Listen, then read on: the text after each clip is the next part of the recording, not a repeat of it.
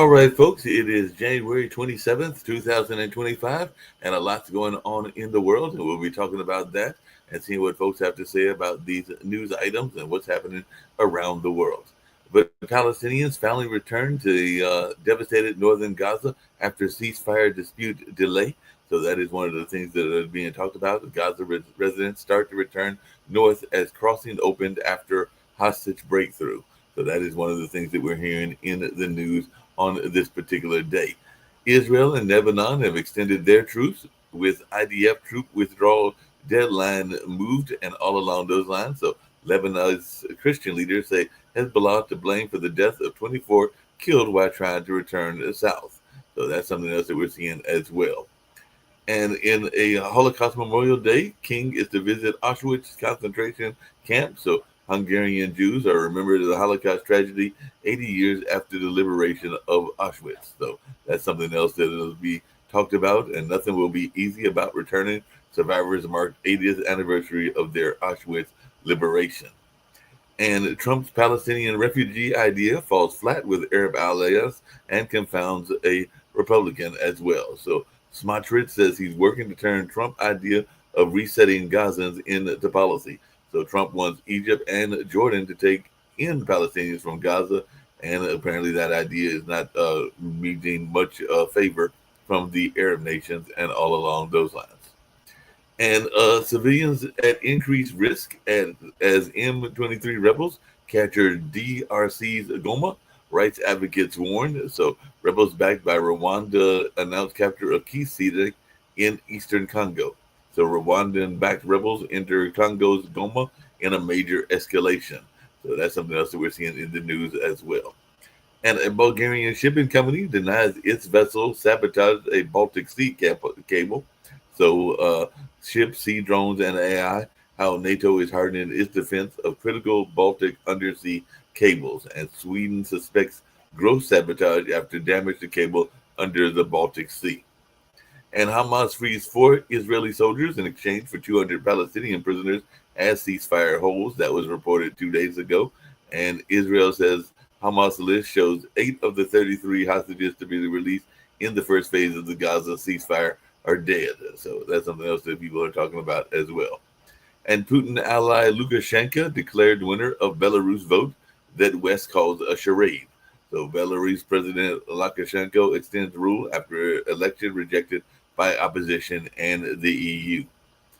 And looks like a South Korean plane crash. Probe focuses on the bird strike and runway barrier. So duck DNA was detected in the engines of the crashed passenger plane. And South Korean airliners' final 4 minutes of recordings are missing after crash that killed 179. And a British husband detained in Thailand over 2 decades after wife's mysterious death. So British man is suspected of killing his Thai wife in UK, and he's been arrested. So that is something else that is going on in the news as well. EU renews Russian sanctions after Hungarian holdup. So North Korean troops temporarily withdraw from contact line in Kursk Oblast after losses. And definitely it looks like Hungary has dropped its veto threat and allows renewal of EU sanctions on Russia. And South Korea's President Yoon is indicted. So South Korea's impeached president indicted on corruption charges. So definitely looks like he's been charged with insurrection over martial law attempt. So that's something else that we're seeing as well. And looks like Trump team flubs a statement on Colombia tariffs with a big typo. So the Romanian government fumes after national treasure stolen in a Dutch museum heist, and thieves blow up a Dutch museum door to steal a golden helmet. So that's something else that we're seeing in the news as well. And looks like folks are still asking about what's going on in Trump's first week, and he had a very active first week, and it's probably going to be an active next week as well. And about 70 people were killed in an attack on a hospital in Sudan's Darfur region, according to what the WHO chief has said. So dozens killed in drone attack on hospital in Sudan's Darfur. So that's something else that we're seeing in the news as well. So lots going on in the world, including the Moldovan President Sandu arrives in Kyiv for talks with Zelensky, as Kyiv says it can supply Moldova with coal to power the Transnistria. So that's something else that we're seeing. And thousands in Ireland are still without power after Storm Eowyn. And they're saying that some more wild weather might be coming in that area. And as of 3 hours ago, about 250,000 were still without power. So that's a lot of folks in that particular uh, island nation and all along those lines. But definitely a lot's going on in that space and a lot's taking the world by storm. So let's see what's happening in the U.S. And then I'll bring in my other folks and see what they've got on their mind as well, because a lot's going on in the world. So after forcing Colombia to back down, White House claims America is respected again. So apparently, Trump coerced Colombia to accept deportees by threatening U.S. tariff war. So Colombia backs down on deportation flights after Trump's tariff threats. So he threatened some tariffs, and now they're letting them in. And Democrats are moving to condemn Trump pardons of violent January 6th defendants. And Lindsey Graham, a top Trump ally, says pardoning Capitol attackers sends the wrong signal. So definitely that's something else that we're seeing in the news as well. And House Republicans have flown down to Trump's backyard for an annual working retreat. So that's something else going on. And Jill Johnson has a GOP retreat plan, ICC bill, and of course, they'll be talking about those controversial Trump nominees, some of which have been confirmed already. Um, ICE arrests dozens in Chicago as part of a targeted operation. We are terrified. ICE begins a long promised immigration blitz in Chicago. Federal agents in immigration raids told to be camera ready as hundreds are arrested. So Trump officials joined federal agents and Dr. Phil for immigration arrest in Chicago. So it looks like there's going to be some intense localized downpours possible into Monday in LA. And it looks like that could be helping in that fire situation and all along those lines. And Trump's firing of independent watchdog officials draws criticism. So Trump defends ousting at least 15 independent inspector generals in late night's purge. So Trump firing government watchdogs is clear violation of law, according to Adam Schiff. So definitely, and some folks are asking, is Trump's plan to end birthright citizenship Dred Scott too? So some folks are asking what's going on in that space. And Graham says a good chance Supreme Court sides with Trump on birthright citizenship and all along those lines. And it looks like DeSantis and fellow Republicans are in a standoff over Trump's agenda. Mommy and daddy are fighting, is what one of the headlines says. And definitely, it looks like it'll be interesting to see what goes on as DeSantis faces pushback by fellow Republicans on his call for an immigration session and all along those lines. And J.D. Vance clashes with CBS anchor over unvetted refugees. I don't want that person in my country. And Vance clashed with CBS host Margaret Brennan during a fiery debate over refugee programs. So definitely that was one of the interviews. Another interview that went maybe better than folks thought it was going to be. But apparently Marjorie Taylor Greene had high praise for Leslie Stahl. And there was an interview, even though some people said that it was a publicity move on the point of Marjorie Taylor Greene. So it'll be interesting to see what folks have to say about that. And there's also been some pushback from some of the Trump administrations toward the Catholic Church and all along those lines. But Air Force says it will teach video on first black pilots after DEI review. So removal of Tuskegee Airmen video after DEI order will not stand. So Trump's DEI order strips Air Force curriculum of first black pilots and female World War II pilots and all along those lines. But it does look like that video about the Tuskegee Airmen will be standing. And some liberal Christians find comfort in Bishop Marianne Budd's plea to Trump. So she is the bishop who upset Trump with her inaugural sermon. So Trump demands an apology from the bishop who asked him to have mercy on LGBTQ plus people and migrants. So definitely that's something else going on. And Trump is expected to sign an executive order to reshape the military, including banning transgender troops. So that's something else that we're seeing as well, and all along those lines. And looks like Trump's most vulnerable nominees, RFK Jr. and Tulsi Gabbard, get back-to-back hearings. So we'll see what goes on in that space as well.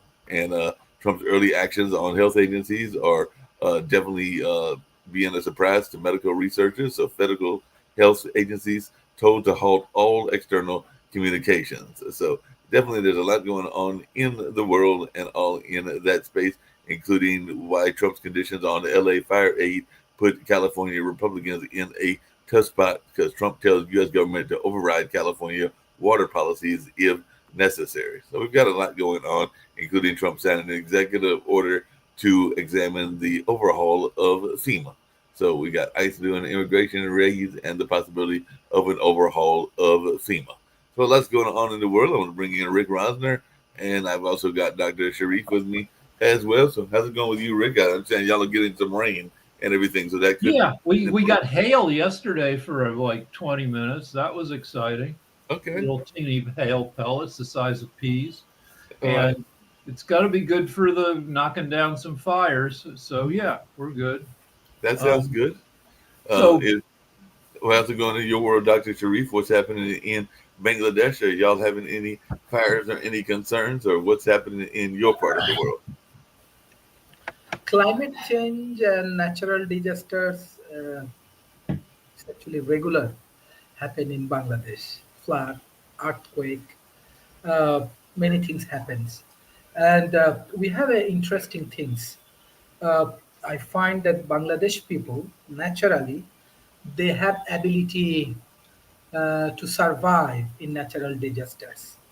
We have our own community building abilities, own solutions, very natural solutions to solve this kind of natural disasters, this kind of uh, climate change oriented things. That is the way actually Bangladesh survived.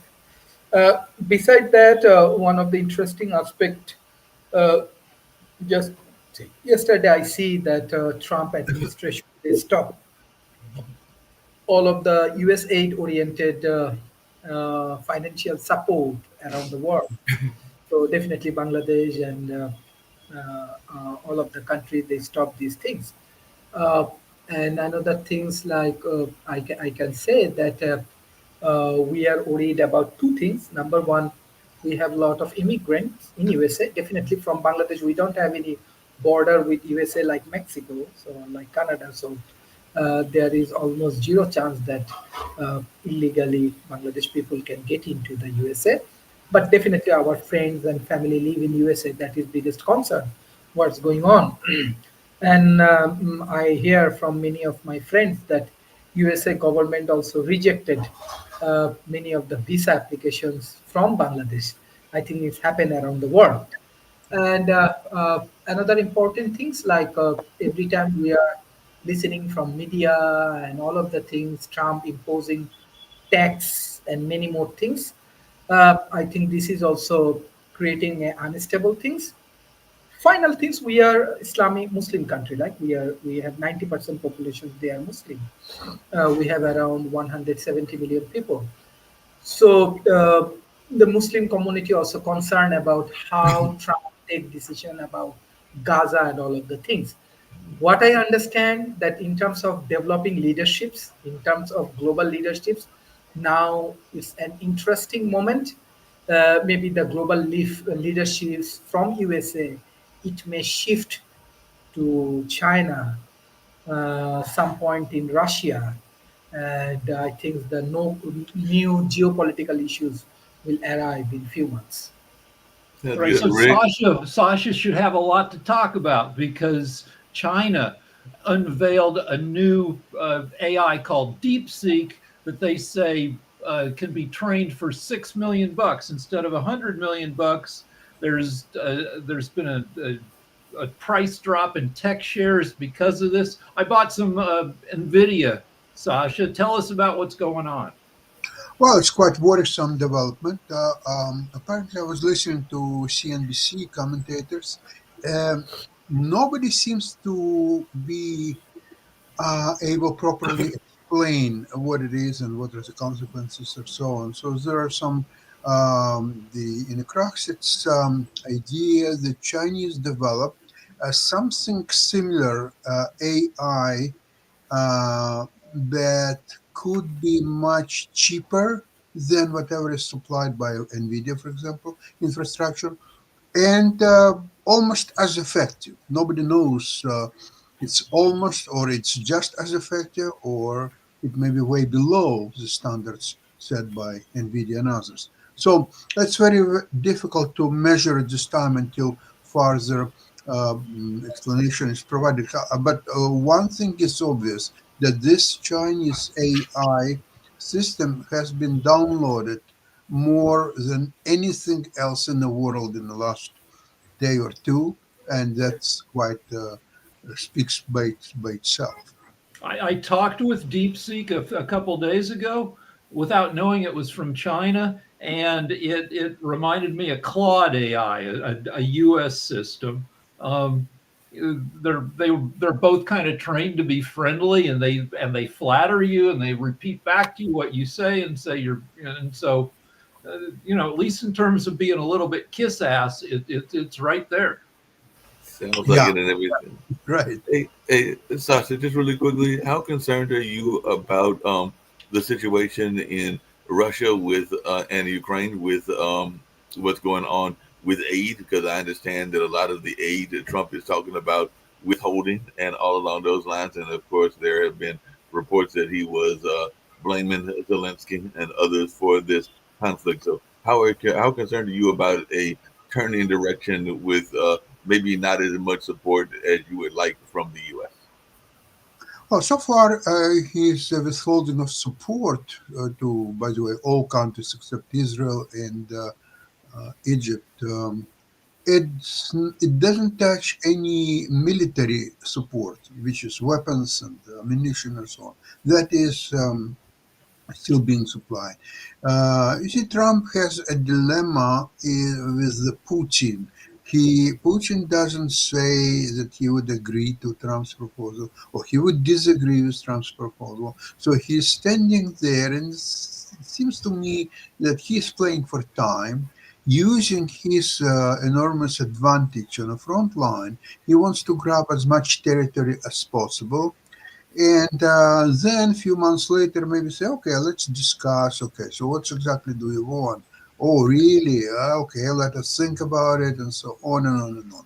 So, in order to make Putin more agreeable to U.S. proposals, U.S. and other European countries would have to provide much more ammunition, the weapons, and the most uh, so-called advanced weaponry as possible, and that could make Putin more agreeable. But whether it's in place or not, I think, I have a feel that Trump is taking too much obligations on himself, domestically and in foreign policy.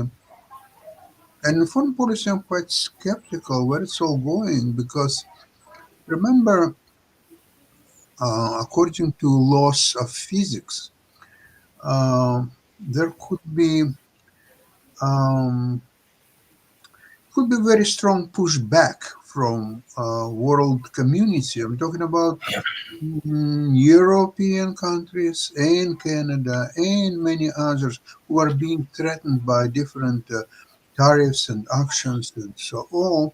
They could at some point unite and impose very hard tariffs on America and American goods. Say, how about 25% tax or duties on all American products coming out of America too? Doesn't matter if you're Europe or Canada or Asian countries or just anyway, 25% tariff on all. And what do America is about to do about that? I, That's a good. That's a good question. Hey, Rick, along those same lines and everything, it does look like the EU is standing up in some sort of a resistance against some of Trump's policies. And I know that some of the other leaders that aren't part of the EU, like the Mexican president, and apparently there was a terse conversation between Trump and the Danish president and a couple of other ones. I think even a kind of terse conversation between, well, a terse message from the Honduran president, who is another female leader. And I've heard from several sources that they are saying that Trump is backing off of this notion of prices coming down. One of the big things was that egg prices were going up, and now they are saying that it could take a while for these to come down. And even to Sasha's point, if tariffs are imposed by Europe or other places, those prices might even take longer to come down. All right. So, So I read an article about eggs yesterday. Eggs are controlled by a virtual monopoly. The monopoly decides how much you're paying for eggs. Right now, you're paying a lot for eggs. So Trump is probably not a guy to go out. The Biden administration went after monopolies a little bit. Trump doesn't follow those policies. Trump's doing a whole ton of stuff. And Trump's approval is actually the best of his political life, probably because people are seeing so much activity. We have to wait for Trump to calm down to see what really shakes out. 8 years ago, when he was first president, he immediately got into fights with people about how many people were at his inauguration. Americans hated that. It wasn't getting things done. This time around, he's trying to show that he's getting a ton done, and people seem to like it, but we'll see what shakes out. Like he got into a hassle with the nation of Colombia yesterday over returning immigrants, and he pissed off Brazil with immigrants because he stuck a bunch of illegal immigrants on a plane, had no air conditioning, was so hot that people fainted on the plane. They weren't allowed to pee. They were handcuffed, arms and hands and wrists and feet. And so they get off the plane, they're all messed up from the terrible flight, and Brazil's all pissed off, like, why are you violating their rights? And we'll see, like, there's a lot of stunts going on. We'll see if it continues. And, this is still this is day 8 of his presidency. Well, I would like to mention that Trump, even in his first term, he always liked to deal with countries, friendly or not so friendly, one-on-one. He was always against multilateral agreements and meetings and so on. So he knows that the United States is much stronger against any one country in the world, and that's where he feels he is not vulnerable to anything. He can do whatever he wants. But acting against few countries together or all countries together, he is helpless. He's not going to make it at all. So this is a question how much world leaders will look at realization that one-on-one they have no chance to stand against Trump, but together they can do a lot. So, Trump is kind of a dope, but he does stuff compared to the much less cautious than most presidents, certainly much less cautious than Biden. There's a new article out about the Chinese spy balloon, how much earlier they knew it was going to float over America. They knew it by the time it was over Alaska, but they didn't knock it out of this. Biden wanted to knock it out of the sky. The Joint Chiefs are like, no. And it floated over America for 2 weeks, giving people an excuse to freak out. Trump would have blasted that thing out of the sky, whether that's good or bad, immediately, because Trump, he does stuff. Or at least he blusters. He's got something to say about everything. Yep.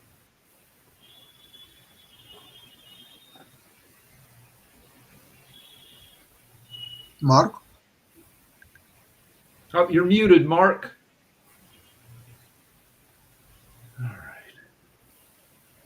So, NVIDIA, which is your huge stock. Now, the deal is that what's interesting about NVIDIA is that this DeepSeek is kicking the tech market's butt, but it still uses NVIDIA chips. So, it's not like NVIDIA's going away. NVIDIA's down from like $145 a share yesterday to 125, 26 today. But NVIDIA, it takes hits and it keeps on coming because you need it to build AI.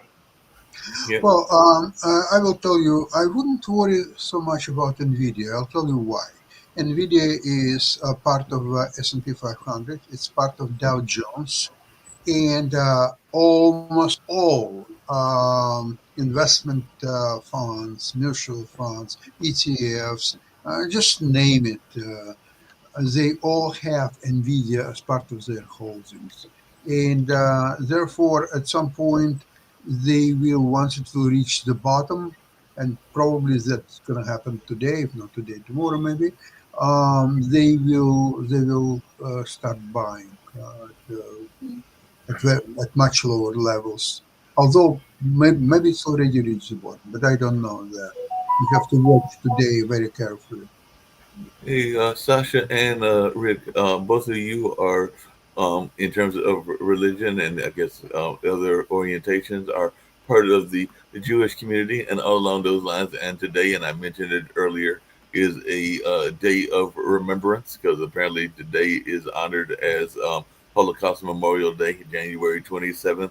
And that was proposed back in 2005. So it's been celebrated now for 20 years. But as folks that are part of that faith, I was wondering if you could share with our audience the importance of Holocaust Memorial Day to the two of you and everything. And you can go either order that you want to go, but just the importance of remembering that sad occasion from y'all's perspective. Well, I think today is the 80th anniversary of the liberation of Auschwitz. It is. Though it wasn't a great liberation necessarily. I guess it's when American troops reached there, but the Nazis, who didn't want to be caught for killing millions of people, 11 million people. People talk about the 6 million Jews slaughtered, which is true. The Nazis kept really good records. They also killed another 5 million other people they didn't like. They murdered 11 million. 6 million were for Jews. But a lot of the people at Auschwitz, they were marched out of there to Right. another camp, or they died along the way. The war wouldn't end for another 3 months, and the Nazis they tried to cover their tracks because they knew that they'd done a monstrous thing. What about you, Sasha? You're talking about 6 million Jews and 5 million non-Jews. So the numbers are almost equal, 5, 6, really, there's no great difference. But you're talking about 5 million non-Jews of all nationalities together, whether they're Slavs or Poles or French people or Hungarians or anything. So all combined nationalities make 5 million, and only one tiny nationality, which is probably 1.5% from total population at the time, 6 million. By the way, the Jews is the only one nation in the world that still didn't reach its level of 1939. At 1939, there were 18 million Jews. Today, the number is about 15. So it's still below a level of 1939. And I witnessed some of it when I was in Israel. I was in Jerusalem, Yad Vashem Museum, and it's a spectacular complex. And what's interesting is that when you are entering, there is a huge map of Europe, and it shows how many Jews lived in each country in 1939. In Germany, 400,000. In Hungary, 800,000. In Russia, 3 million. And guess what? In Poland, 3.75 million Jews, 1939. You're going through exposition, and then when you're exiting museum, there is the same map of Europe, 1945, and how many Jews lived in each country by 1945. In Germany, 20,000. In Hungary, I think it was 50,000 left. In Russia and Soviet Union, 1.5 million. So half of the population was lost. But the most spectacular is Poland. In 1945, there were 30,000 Jews out of 3.75 million by 1939. So this is an extent how you can even comprehend of what's really happened, what is Holocaust about. And when you see people like Elon Musk, who is doing this fascist sign, that's really horrible. It just shows how this man understand little about the world history. And of course, we all know that he's a Nazi sympathizer. The book of Werner von Braun, the German scientist who actually invented FAU 2, which was bombarding London in 44, 45. He was he moved to United States. Actually, it was United States program that brought all the leading Nazi scientists to the United States. So he wrote the book, scientific fiction book rather, but very detailed about colonization of Mars. And the leader, so what's happening is that the expedition, it was very detailed plan how actually to fly to Mars, it's technical details and many others. So when finally these people came to Mars, they discovered that they are already human beings from Earth who already live there, and they build special tunnels and they're living there. And leader of that community, his name was Alan. And that's because that book was a table book of his grandparents who were Nazis in Canada before they moved to South Africa. And his father, it was his table book. And Alan, he got his name from the book, and he's standing by the book by the Nazis. So we know all that. So let's not even.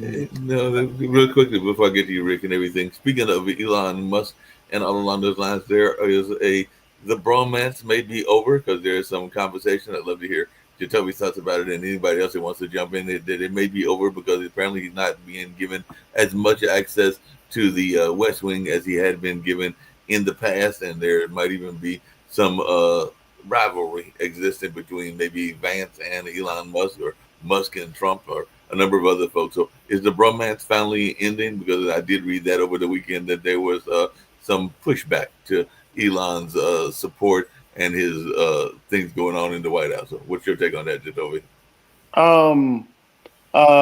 Two quick things. No, he did get pushed. He pushed back from somebody in the White House. It was just an employee, so that employee will probably get fired because he paid for his position. And so this is just all smoke.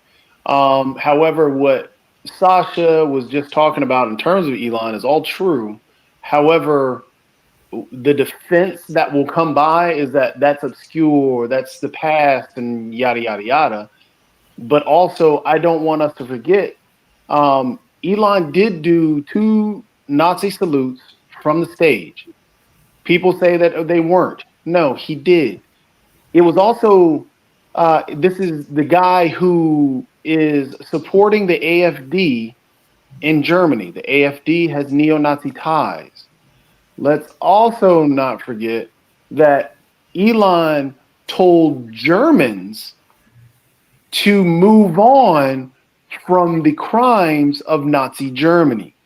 So everything Sasha said is true and everything is playing out. What's interesting, which is, also based on history and also true stuff. And what's cool is when not really cool, but one thing that Sasha said, which he pointed out about the scientist that was hired by the U.S. Yes, true and all. And there was actually a video game based off of that, and there was a TV show that was on Amazon that was based off of that called Hunters. And I'll remember the video game name.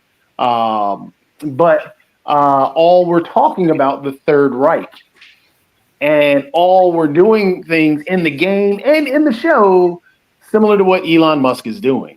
So I find that very interesting how fiction, life is patterning fiction, but fiction was actually based on life. So it's wild seeing that loop come back around. So the Nazis, among other things, were they were a crime syndicate in the form of a government. And one of their objectives was to steal a ton of shit from rich people.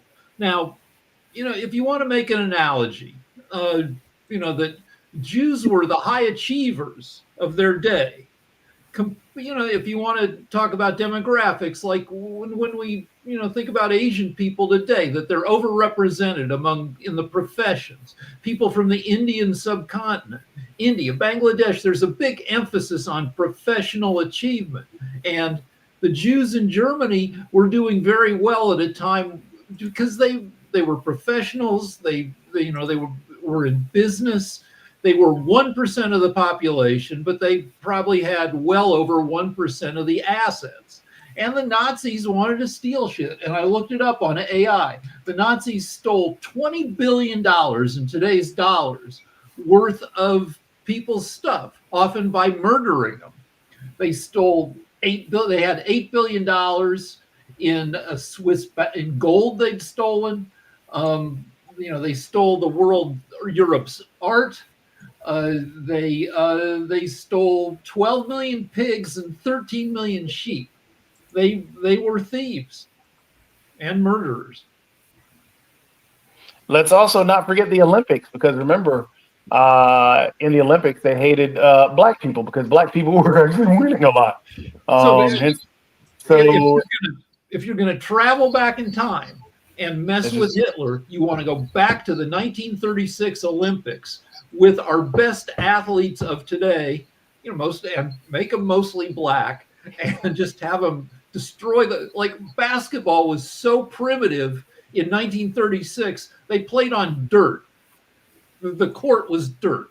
And so imagine, the Wembanyama, 7'4", and the LeBron, and this Steph Curry, going back to 1936.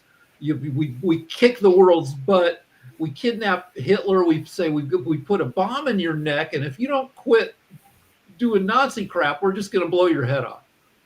Right. I want to remind people, does anyone realize that this is one of the historical months of Anne Frank and her diary, January 13th? I would like to read a quote from her diary. This is a January 13th, 1943 excerpt from her diary. Terrible things are happening outside. At any time of night and day, poor, helpless people are being dragged out of their homes. They're allowed to take only a knapsack and a little cash with them. And even then, they're robbed of these possessions on the way. Families are torn apart. Men, women, and children are separated. Children come home from school to find that their parents have disappeared. Women return from shopping to find their houses sealed, their families gone. The Christians in Holland are also living in fear because their sons are being sent to Germany. Everyone is scared. Every night, hundreds of planes pass over Holland on their way to German cities to sow their bombs on German soil. Every hour, hundreds or maybe even thousands of people are being killed in Russia and Africa. No one can keep out of the conflict. The entire world is at war. And even though the Allies are doing better, the end is nowhere in sight. And you know what, folks? My son, God love him, we went to D.C., and one of the places he wanted to go was to see Anne Frank's diaries. He wanted to go see them. And yes, I mean, I'm sorry I took up so much time, but I felt it important to hear these words in this day and time so we don't repeat history. No, it sounds very similar to today's day. Sasha. I want to mention something. Many years ago, I was in Amsterdam and I visited the Museum of Anne Frank. It's a building where they actually lived before the war and during the war. It's a very meticulous exposition, and it ends on the top floor, on the very top floor, when there was a room and she was hiding. That has one exposition which helped me better understand what I saw in Yad Vashem. Because when you're talking about 6 million, it's very difficult to comprehend. It's much more than humankind can handle. You can't visualize 6 million, just too great number. But in that room, there was a schedule of trains leaving Amsterdam to Auschwitz and to other concentration camps. And it's very meticulous. It's, for example, 1942, November 8th, 2,435 Jews are left. Next day, November 9th, 2,536 Jews left, and so on and on. So now these numbers, you can visualize, say, 2,500 people when there are, say, 20 wagons in this train.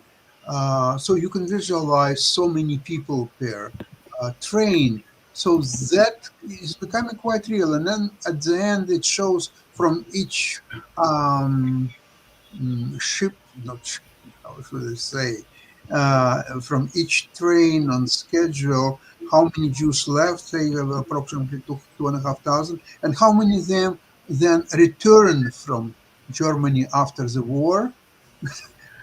You will laugh at it. It's from one train, it was only 10 people survived and they came back to Amsterdam. From another train, it was 22 people survived and came to Holland. And remember, we're talking about Holland, which is a European, highly civilized country, ethnically quite close to Germans.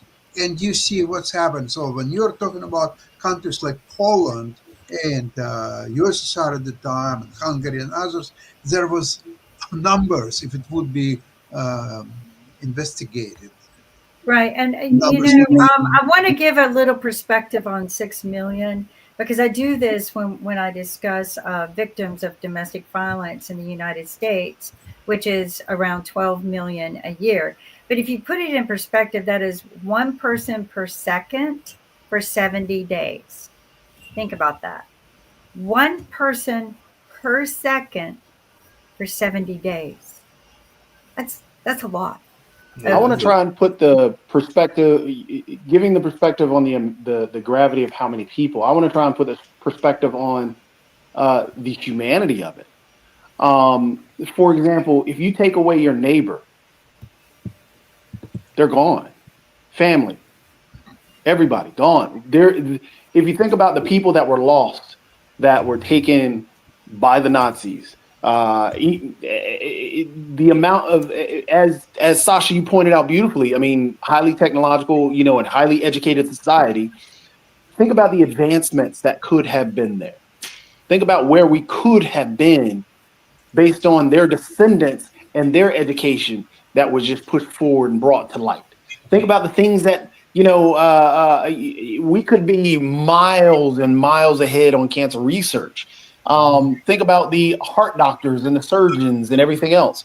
For example, as you and Rick are based in that community and lost 6 million in that way, think about the others in their communities. I know Dr. Sharif, there are communities that were lost that you have ties to, that those communities could have had people that have done just tremendous things. So that humanity is just gone by just an idea that I hate those individuals because they aren't pure Anglo-Saxon. Speaking of humanity, well, that's what this is all about. It's about pure Anglo-Saxon today. It's not exactly. So it's not just about if you're Jewish or if you're this or if you're that. And it's not just pure Anglo-Saxon. It's pure wealthy Anglo-Saxon. Sorry, Nick. Well, that's what I was giving. Hold on a second. That's what I was going to jump into, because Vice President Vance actually said something along the lines of what y'all were saying. And I'm not saying this just because I went to a Jesuit university, but he blasted the U.S. Conference of Catholic Bishops' condemnation of the Trump administration's recent actions on immigration, saying the church might be, and I want you to listen to this quote, more concerned with their bottom line than humanitarian causes. So he's actually asking them to be more concerned with their finances versus trying to be humanitarian, which last time I checked, most religions try to have a Hey, you know humanitarian what? angle. This is what I've told people. There is nothing humanitarian about any of the supporters of Trump. Nothing. I don't care if you're my family. There is absolutely nothing humanitarian about your words when they come out of your mouth that say, I am more concerned about my finances than the well being of humanity, because that's what you said, you know. And by the way, people, you know, he 1.6 million people died under his rule. I don't care that it was because of a pandemic. He was still in charge. Get over it. It's his fault. Yes, Rick. So I want to talk about for a sec the Nazi murder technology, which the gas chambers, the crematoriums. One reason they developed this technology is they needed a way to kill all those people that wouldn't drive soldiers crazy. They tried other stuff earlier in the war of to slaughter a bunch of people they didn't like, and like herding them into a pit and machine gunning them, or herding them into a lie about, and boiling them, you know, just with chemistry, or putting them in a truck where the exhaust pipe went into the truck. All these ways tended to make normal German soldiers go crazy because most people don't want to participate in mass murder. So they developed the camps, and that was a way to further dehumanize the people. And go ahead. Oh, I was just going to say that right there is the key word, dehumanization. And that has plagued our society. For example, and the reason I know when I bring in, you know, race and stuff like that, even when we're talking about dealing with what went on in Nazi Germany, there's a thread that connects us. And we always get into arguments that no, it's different. No, there's a thread that connects us, and we have that same battle that we should be working towards and fighting against together. For example, when you talk about dehumanization, if you think about all the not only what you were talking about, experimenting on ways to murder people. In the same vein, you have Black people being experimented on in various different ways, from the Tuskegee experiments. Like a lot of the medical sciences were built on, let me carve up this Black individual because that cadaver really wasn't anything. It was because they were dehumanized. And to bring it into today, this is why it agitates me so much when we talk about immigrants, calling them illegal, saying all this other things, to dehumanize them, to make it okay to abuse them rather than to help them. And that is part of that same thing that same thing that Kim, you just pointed out, talking about how we're harming people, and the Anne Frank excerpt that you just read. That is all about dehumanization and not really seeing an individual as another being, as another person. Those numbers mean something, but we forgot that meaning.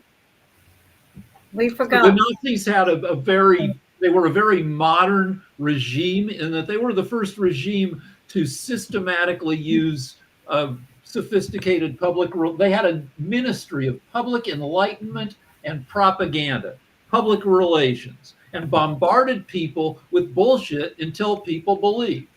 Well, the thing is you're right. They bullshitted people to believe in what they were doing until the people finally woke up. And this is what has been posted on my website for well over almost a year. That when you do things to enforce the laws against the people for your prejudice reasons, then the day you need those laws to support you, they're not. So be careful what you push on people.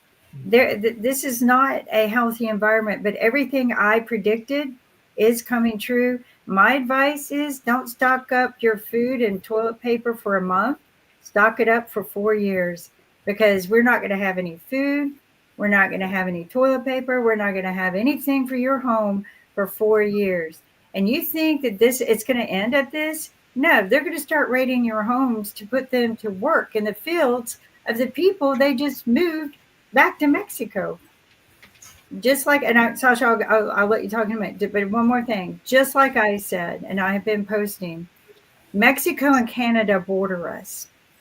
They hate us now. Do you think that they're going to give us any food or supplies? No. In fact, Canada, Ontario just said, we're cutting off your electricity if you put a 25% tariff on us. We'll cut off your energy. And Mexico will cut off our food. So, and then what's going to happen? You'll become a slave to Trump and his goons just so that you can eat. So, yes, Sasha, sorry. Yeah, I wanted to add that in Israel, after Second World War, a lot of people from concentration camp, whoever survived, they all started moving to Israel. And how you would identify them, they had a 5 digits number on their hand. So what's interesting is that until precisely 1961, Israeli people who were born in Israel, so they despised these former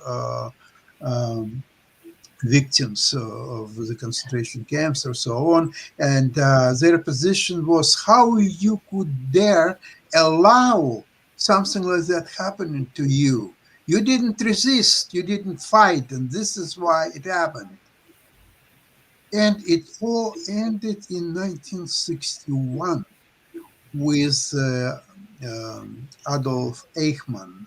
He was captured in Argentina, brought to Israel, and put on trial. And it was very important not just to catch and kill him. No, there had to be a public trial to explain what's exactly happened to Jews during Second World War. And it was the greatest. Actually, there is a Netflix. I think it's a Final Solution movie. It shows in details how they went to Buenos Aires and how he was captured and brought to Israel. It's a very, very interesting movie and very well made. And you believe almost 100% whatever you see there. That's how it was. So. You see, it's all starting quite innocently. For example, by Hitler came to power in 1933. By 1934, some Jews were required to renew their ownership documents on business, on property, or so on. Then a year later, in order to better to help Jewish population, they were asked to wear a star on their whatever they were wearing, and so they were saying, yeah, we know that sometimes people are unfair to you, so in order to identify better to help you, this is definitely is a way to go. And then they had to actually have one of the Germans to be part of their business. For example, so if you own the business, then you had to take a German to have ownership, so that would legitimize your business or so on. And then there was a special registration that the Jews had to come, and with children and with women, everybody had to do that. Then they were taking their properties, and apparently Germans who were not part of Nazis, but they were very joyful because in one movie, I don't remember which, the German family, they denounced their neighbors, the Jewish family.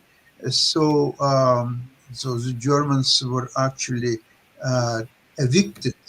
This family and all property, all this apartment, went to their neighbors. And when the Jews wanted to take Grand Piano out of their apartments, so this German family said, no, don't touch the Grand Piano. This is our daughter is going to take music lessons, so she will really need this piano. And in your position, you don't need piano because you will never have an apartment. You will never be able even to sustain it. and so they had to leave Grand Piano to them. So this was a process which was taking years, and finally then they were rounded up and brought to some camps. And at that, by 1939, there were still no concentration camps, but there were some special places in Germany proper when they would bring the Jews and they would put them in barracks and so on. So they were not killing them there, but they were torturing them and made them to work and so on. And finally, by 42, the final solution was already in place. And I visited Auschwitz, but what's interesting is that 800 meters from Auschwitz, there was a special camp by the name Birkenau. And what's the difference is that in Auschwitz, people were arriving, some of them would be killed right away, some of them would work, some of them would just living in these barracks or so on. Now, in Birkenau, there was no works, there was nothing. Whatever people were arriving, they were killed right there the same day. So there was no place, there is nothing, no living quarters, no barracks, nothing. So I want to give a little tip here. The gold scar identity thing, the thing that will be the identity for this time is the Trump gold coin. So please carry that in your pocket at all times to show your allegiance. That is the membership card and token to protect most people is the Trump gold coin. Now, something else that is going to be happening, we're not going to have any food here real soon. People think I'm joking, but I'm sorry, dear sister, but the food didn't plant itself in the grocery store where you go and think you pick it. That's not a garden. But, try to sustain yourself. Okay. Go get a garden started. I'm doing 2 greenhouses. I'm going to have my own fresh fruits and vegetables. And if nothing bad happens and we don't run out of food, hey, I'm eating healthier, right? But the other thing that is about to happen, I don't think people are paying attention, is the energy source. Now, I've always told people, what is the one way a country will be taken over? What is one way you take over a country? You shut off their utilities, you shut off their communications. And the next thing that you're going to see happening is our power, because they control it, right down to the solar, that they refuse to let anyone install on their own. All solar had to be regulated. So they are going to, if you're not off grid communicating with your friends, you're not going to be able to use your cell phone. It will all be controlled by them. And you know what? Laugh at me. Go ahead and say, oh, I'm making this up. That'll never happen. It's already happened. It just hadn't hit you yet. So our coffee prices, which are already fairly high, almost went crazy yesterday. Yesterday, the Trump administration got in a hassle with the government of Colombia. Coffee beans. And each country was threatening a 25% tariff on goods from each Colombia, U.S., and then back. So they managed to calm that down. So this is what's stupid about Trump. The other countries don't need us. They really don't. They used us for money. Okay, yeah, we were a great money resource for it because we are a huge consumer. Huge. But those other countries, they grow their own coffee beans. Do we? No. They grow their own sugar. You guys are going to go on a sugar withdrawal. Let me tell you. Colombia, I'm sorry, but you know what? I thought it was funny what Canada says. Fine, we'll throw a tariff back at you. Whatever you buy from us, you're going to pay 50% on. Trump goes, well, if you don't go by my rules, I'll raise it by 50. But Canada's going to come back at us and go, well, that electricity just went up 100%, Don. And you know what? People are going to blame Canada. They're too stupid to blame stupid Don's negotiation skills. It won't. I think I said before that Trump likes to negotiate with different countries one-on-one. He is against multilateral agreements and so on. And that can hurt him because once he is trying to negotiate something in his favor with Colombia, with Canada, with Germany, with Asian countries, with China, and so on, you know what it could lead to? Countries united against Trump and impose United against Trump. 25 25% tariffs on everything what's coming out of the United States to any country in the world. How about that? What Trump is going to UAT. Well, you United guys States. all know business, and Sasha, what you said is spot on as well. Because him trying to be the one who does all the negotiation, we don't know what deal he struck with Colombia. But again, everybody knowing business, at some point, these deals will contradict or will run into each other. Because I'll make a deal with Sasha. Hey, you're going to get the lowest price. Oh, I'm going to make a deal with Mark. Mark, you're going to get the lowest price. Now I'm going to have to go back to Sasha and we're going to have to renegotiate. So we're going to have a problem where you cannot and you are unwilling to make multilateral deals, unable to do so, unable to understand it. So we're going to have a lot of problems moving forward. Another thing I wanted to mention is that Trump is transactional president. He is not into building long-term relationships with countries. He wants to hit, score, hit, score, hit, score again. But then it's not going to work for long because everybody will realize. And you know who said it first? Our President Trudeau. One of his last things, what he said as still Prime Minister. He said that I know Trump. I worked with him 4 years ago. He is transactional. He's not into relationship building. He wants to hit you and run. And this is what people will start to understand very soon.